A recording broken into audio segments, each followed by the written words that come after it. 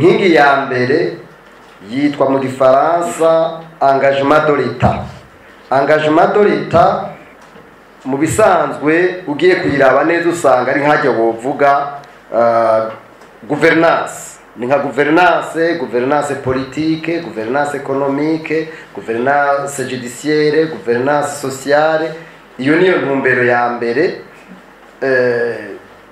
canke inkingi ya mbere mw'iyi mbono y'umukuru w'igihugu, nico bise engagement de l'État. Inkingi ya kabiri yitwa efficacité économique, no kuvuga ukungene ubutunzi bwoba bukomeye muri rya biringo byose twavuze 40 60. Ikigira gatatu ni citwa écologie et patrimoine durable.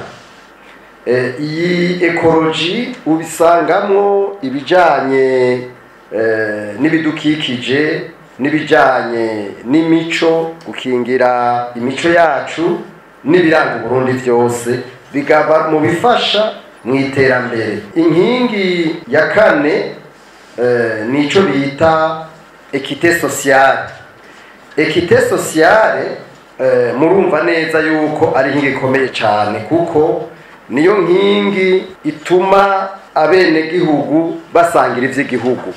Équité sociale murumva yuko bimwe by'uko usanga haraho gatoya katunze cyane mu gihugu, hariho abandi benshi bakenye cyane, ivyo bizoba byamaze gusezererwa mu mwaka w'2040. Hanyuma inkingi ya nyuma ariyo ya gatanu ni inkingi yitwa partenariat fructueux, no kuvuga gufashanya n'amakungu. Urumva uri kurarondera guteza imbere igihugu, uri kurarondera kuduza ubutunzi, ntushobora kuba nyamwigendako, ntushobora kuba udashobora gufashanya n'abandi, ntibishoboka. Nifuza rero yuko izi nkingi zitanu mwese mwogera mwazifashe ku mutwe, mwese kuzifata ku mutwe gusa, umwe wese ashobore guterera kugira ngo izo nkingi zitanu zishobore by'ukuri kuba iz'abarundi, kimwe twita mu gifaransa appropriation, kuba ivy'iwanyu.